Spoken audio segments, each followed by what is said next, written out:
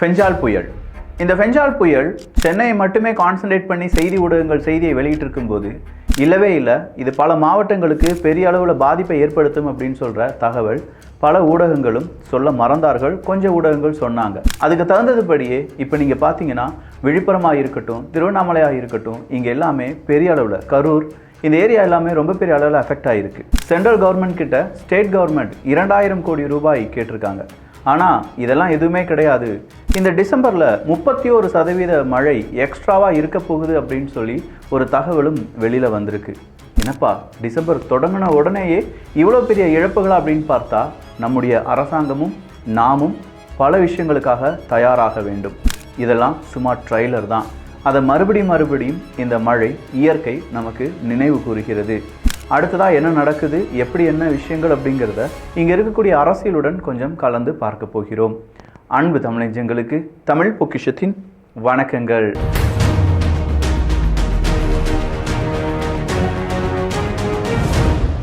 பதினாலு டிஸ்ட்ரிக்ட் தமிழ்நாட்டில் இதனால் அஃபெக்ட் ஆயிருச்சு. கிட்டத்தட்ட 1.5 கோடி மனிதர்கள் இதனால் பாதிப்படைஞ்சிருக்காங்க. உடனடியாக மீட்பு பணிக்காகவும் அதே மாதிரி தேசிய பேரிடருக்காகவும் நீங்கள் என்ன செய்யணும், ஒரு 2000 கோடி ரூபாய் எங்களுக்கு தர வேண்டும்.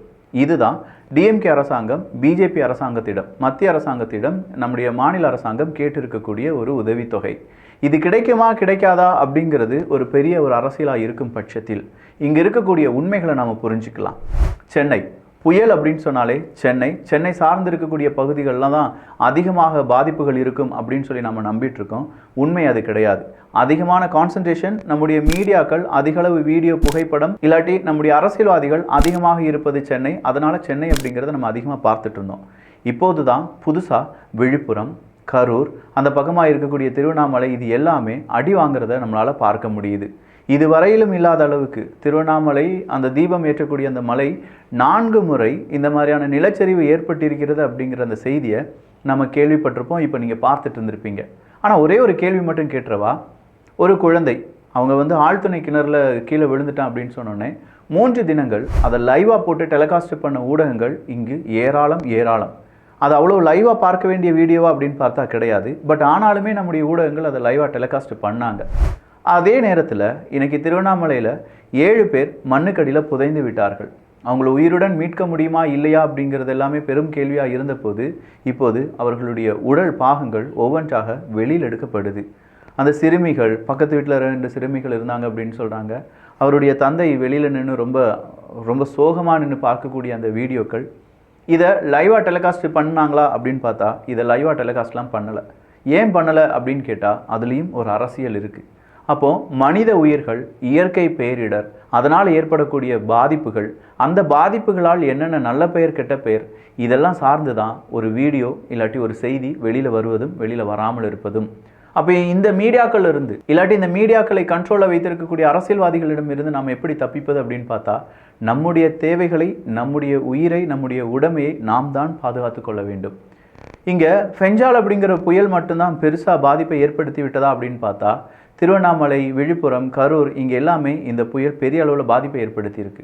ஆனால் டிசம்பர் மாதம் 31% இன்னும் புயல் எல்லாமே அதிகமாக இருக்கும், மழை அதிகமாக இருக்கும் அப்படின்னு சொல்லி நம்முடைய வானிலை ஆய்வு மையம் ஒரு செய்தியை வெளியிட்டு இருக்கும்போது இது ஒரு ட்ரெய்லர் தான். 2.11 லட்சம் ஹெக்டர் வேளாண் நிலங்கள் வெள்ளத்தில் மூழ்கியுள்ளன, முக்கிய உட்கட்டமைப்புகள் சேதமடைந்துள்ளன அப்படின்னு சொல்கிறத முதலமைச்சர் மு.க. ஸ்டாலின் அவர்கள் இன்று மத்திய அரசாங்கத்துக்கு ஒரு கோரிக்கை வைக்கும்போது அதனுடன் இணைத்திருக்கிறார். தென்பெண்ணை ஆற்றில் இதுவரையிலும் இவ்வளோ பெரிய வெள்ளப்பெருக்க பார்த்துருப்போமா அப்படிங்கிறது தெரியல. பட் இந்த தென்பெண்ணை ஆற்றில் பெருக்கெடுக்கும் வெள்ளம் வினாடிக்கு 2.4 லட்சம் கன அடி பாய்கிறது.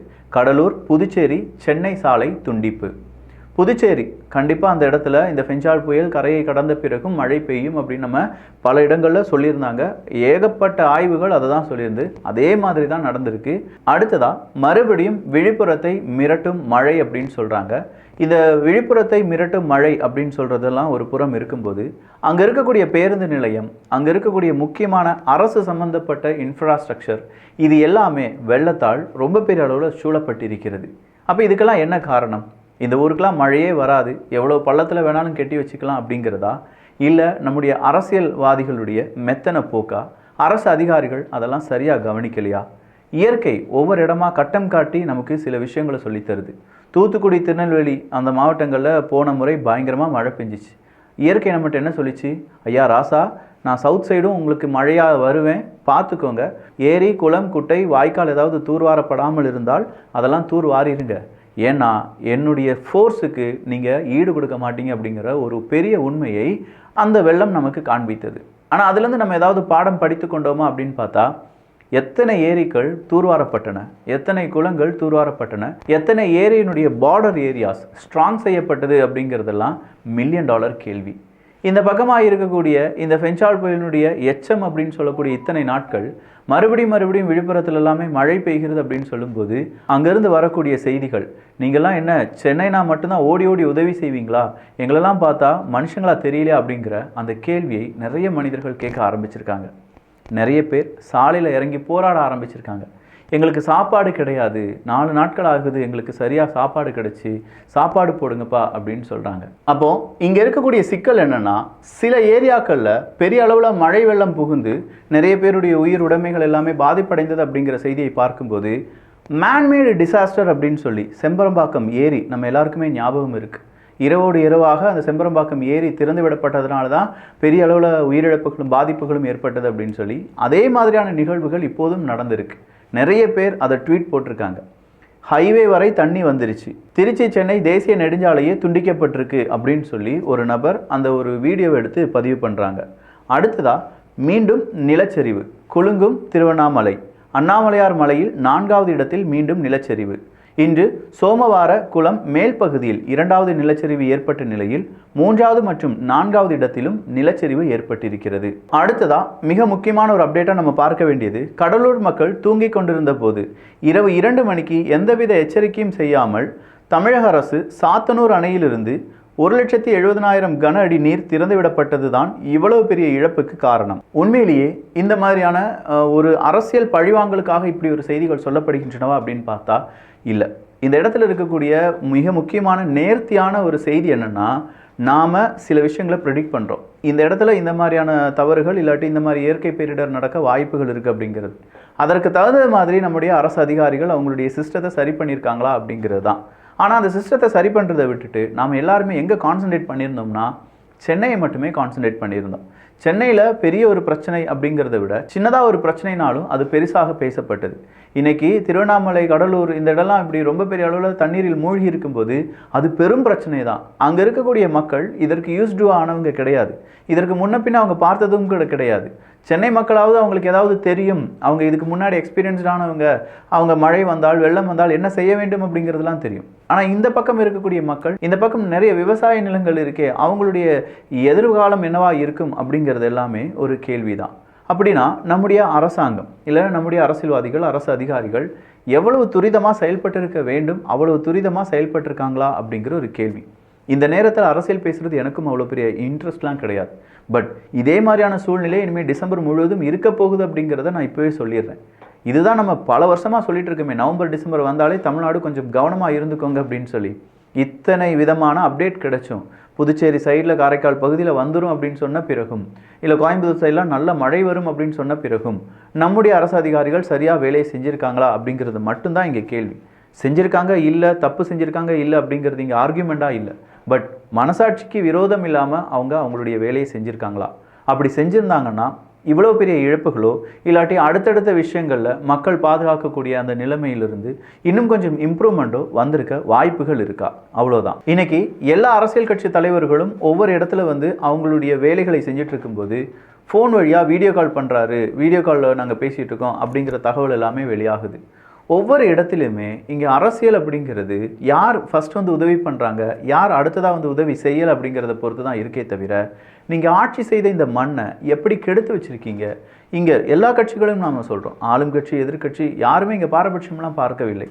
இங்கே இருக்கக்கூடிய ஒரு பெரிய பஸ் ஸ்டாண்டு, அந்த பஸ் ஸ்டாண்டை நீங்கள் எடுத்து பார்த்தீங்கன்னா அதை சுற்றி தண்ணி இருக்குது.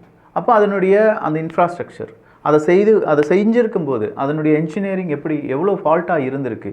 அதை சுற்றி தண்ணீர் தேங்க வேண்டும் என்றால் எந்த இடத்துல நம்ம கோட்டையை விட்டோம். இதெல்லாம் இன்றைக்கி நம்ம சரி பண்ணலைன்னா, இது ஏதோ இன்றைக்கி வந்துருச்சு, மழை வந்துருச்சு, நீ அடுத்ததாக 10 வருஷத்துக்கு பிறகு தான் வரும் அப்படிங்கிறதுலாம் இனிமேல் இல்லை. கிளைமேட் சேஞ்ச் மிகப்பெரிய அளவில் மழை வரப்போகுது. சொல்லப்போனால் நாம் நிறைய இழக்கப் போகிறோம். அப்படி இழப்பு வராமல் இருப்பதற்கு நம்ம என்ன செஞ்சுருக்கணும்னா, நம்ம செஞ்சுருக்கக்கூடிய இன்ஃப்ராஸ்ட்ரக்சர், நம்ம செஞ்சுருக்கக்கூடிய நிறைய விதமான முக்கியமான விஷயங்கள், அதாவது ஒரு ஏரியை தூர்வாருவதாக இருக்கட்டும், ஒரு பாதையை மறுபடியும் செப்பனிடுதலாக இருக்கட்டும், ஒரு சாலையை மேம்படுத்துதலாக இருக்கட்டும். சாலையை மேம்படுத்துதல் அப்படின்னா என்னங்க நம்ம நினச்சிட்ருக்கோம்? நிறைய வீடுகள் இப்போது மூழ்கிறது. அதற்கான காரணம் என்ன? காரணம் என்ன? சாலை உயரத்தில் இருக்குது, வீடு டவுனில் இருக்குது. ஏன் அப்படி போச்சு? பொதுவாக ஒரு சாலை அப்படிங்கிறது போடணும்னா ஆல்ரெடி இருந்த சாலையெல்லாம் கொத்தி எடுத்துட்டு மறுபடியும் அதில் தாரை அப்படிங்கிறதெல்லாம் செப்பனிட வேண்டும். அப்படின்னா தான் அந்த ரோடு ஹைட்டு கூடாமல் இருக்கும். நம்ம ஆட்கள் என்ன செய்வாங்கன்னா, அதெல்லாம் செய்ய முடியாதுன்னு சொல்லிட்டு மறுபடியும் மேலே ரோடு போடுவாங்க. மேலே ரோடு போடுறது வேணால் ஒரு 2 வருஷத்துக்கு ஒரு தடவை, 3 வருஷத்துக்கு ஒரு தடவை மேலே ரோடு போட்டுருவீங்க. ஒரு வீடு நாங்கள் கட்டிட்டோம்னா 45-50 வருஷமாக அந்த வீடு அங்கேயே தான் இருக்கும். அந்த வீட்டினுடைய அந்த பேஸ்மெண்ட்டை தூக்கி மேலே வைக்க முடியாது. அப்போது இந்த சாலை மேலே வர வர வர சாலையிலிருந்து இந்த வீடு டவுன் ஆகிட்டே இருக்கும். இப்போ என்ன ஆகும்? மழை வரும்போது சாலையில் தண்ணீர் தேங்காமல் இருக்க நேராக இந்த வீடுகளின் பக்கம் வந்து தண்ணீர் தேங்கிவிடும். அப்படின்னா இங்கே இருக்கக்கூடிய அடுத்த சிக்கல் என்ன? இங்கே சரியாக அரசு அதிகாரிகள் வேலை செய்யவில்லை. டெண்டர்ஸ் யார் கொடுத்தாங்க? அந்த டெண்டர்ஸில் சாலையை உடைத்து விட்டு சாலையை போட வேண்டும் அப்படின்னு சொல்லணுமே. இவங்க ஏன் சாலையை உடைக்காமல் மேலேயே மெட்டல்லாம் போட்டு அவங்க தார் சாலையை ரெடி பண்ணாங்க அப்படிங்கிறது யாராவது கேள்வி கேட்டிருந்தோம்னா இந்த அளவுக்கு பெரிய சிக்கல் வந்திருக்காது. இது நான் ஒரு சின்ன எக்ஸாம்பிள் சொல்கிறேன். இதே மாதிரி ஏகப்பட்ட விஷயங்களில் சின்னதாக நம்ம செய்யக்கூடிய தவறுகள், நம்முடைய சிஸ்டம் செய்யக்கூடிய தவறு, நம்முடைய அரசு அதிகாரிகள் அதை கவர்ன் பண்ண தவறிவிட்டார்கள். அரசியல்வாதிகள் தேவையில்லாத வாக்குறுதிகளை கொடுக்க அதை நம்பி இருக்கக்கூடிய மக்கள் இப்படி துன்பப்படும் போது தான் நாம் செஞ்சிருக்கக்கூடிய தவறையாவது இந்த அரசியல்வாதிகள் திருத்திக் கொள்ள மாட்டார்களா அப்படிங்கிற ஒரு ஏக்கத்துடன் இந்த பதிவுகள் பதிவு செய்யப்படுகின்றன. யாரையும் குத்தம் சொல்கிறதுக்கு இல்லை. இது இயற்கை பேரிடர். இதை நம்ம தாங்கித்தான் ஆகணும். ஆனால் நம்மளால் ஏதோ ஒரு வகையில் அட்லீஸ்ட் ஏதோ ஒரு எக்ஸ்டெண்டில் நம்ம இதை தடுத்திருக்க, கொஞ்சமாக இழப்புகளை தடுத்திருக்க முடியும் அப்படிங்கிற நம்பிக்கை இருக்கிறதுனால தான் இப்போவாவது அரசு அதிகாரிகள், அரசியல்வாதிகள் விழித்து கொள்ள வேண்டும். இந்த டிசம்பர் மாதம் 31% எக்ஸ்ட்ராவாக மழை பெய்ய போகுது அப்படின்னு சொல்லும்போதே எந்தெந்த வகையில் நம்மளால் முன்னெச்சரிக்கை நடவடிக்கையில் ஈடுபட முடியுமோ 24 மணி நேரத்தில் அட்லீஸ்ட் ஒரு 18 மணி நேரமாவது அரசு அதிகாரிகள் அவங்களுடைய வேலையை செய்தார்கள் என்றால் நிச்சயமாக மக்களுக்கான ஒரு நல்ல மாற்றத்தை கொண்டு வர முடியும்.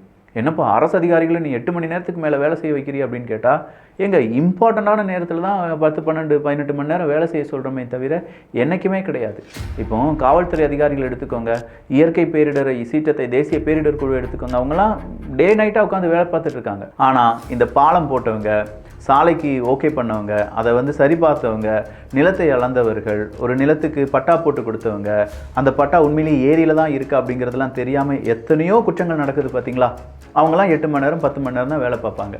அவங்க செஞ்ச தவறுனால தான் இங்கே பல விஷயங்களும் இப்போது மக்கள் கோபமாக நிலைமையில் மாறிக்கொண்டிருக்கிறார்கள் என்பதும் குறிப்பிடத்தக்கது. இதெல்லாம் புரிஞ்சுக்கிடுவாங்களா? இதெல்லாம் வேஸ்ட்டான்னு எனக்கு தெரியலை. பட் பேசணும். இப்போவாவது மாற்றிட்டோம்னா அடுத்த ஒரு 20 வருஷத்தில் வரக்கூடிய இழப்புகளை கொஞ்சமாக நம்மளால் தடுக்க முடியும். இல்லையா, நான் ரோடை மறுபடியும் ஏற்றிக்கிட்டே தான் இருப்பேன்னா எல்லா வீடுகளும் முங்கிவிடும். அதன் பிறகு என்ன இருக்கும்? மனிதனே இல்லாமல் இங்கே பூமி இருக்குமா அப்படிங்கிறதெல்லாம் நீங்களே உங்களுடைய கருத்துக்களாக பதிவு செய்யுங்கள். ஸோ இந்த ஒரு காணொலி பற்றி உங்களுடைய கருத்துக்கள் இங்கே வரவேற்கப்படுகின்றன. எல்லோரும் தமிழ் பட்சத்தில் இணைந்திருங்கள். நல்லதை பகிர்ந்து நல்ல சமுதாயத்தை உருவாக்குவோம். நன்றி, வணக்கம்.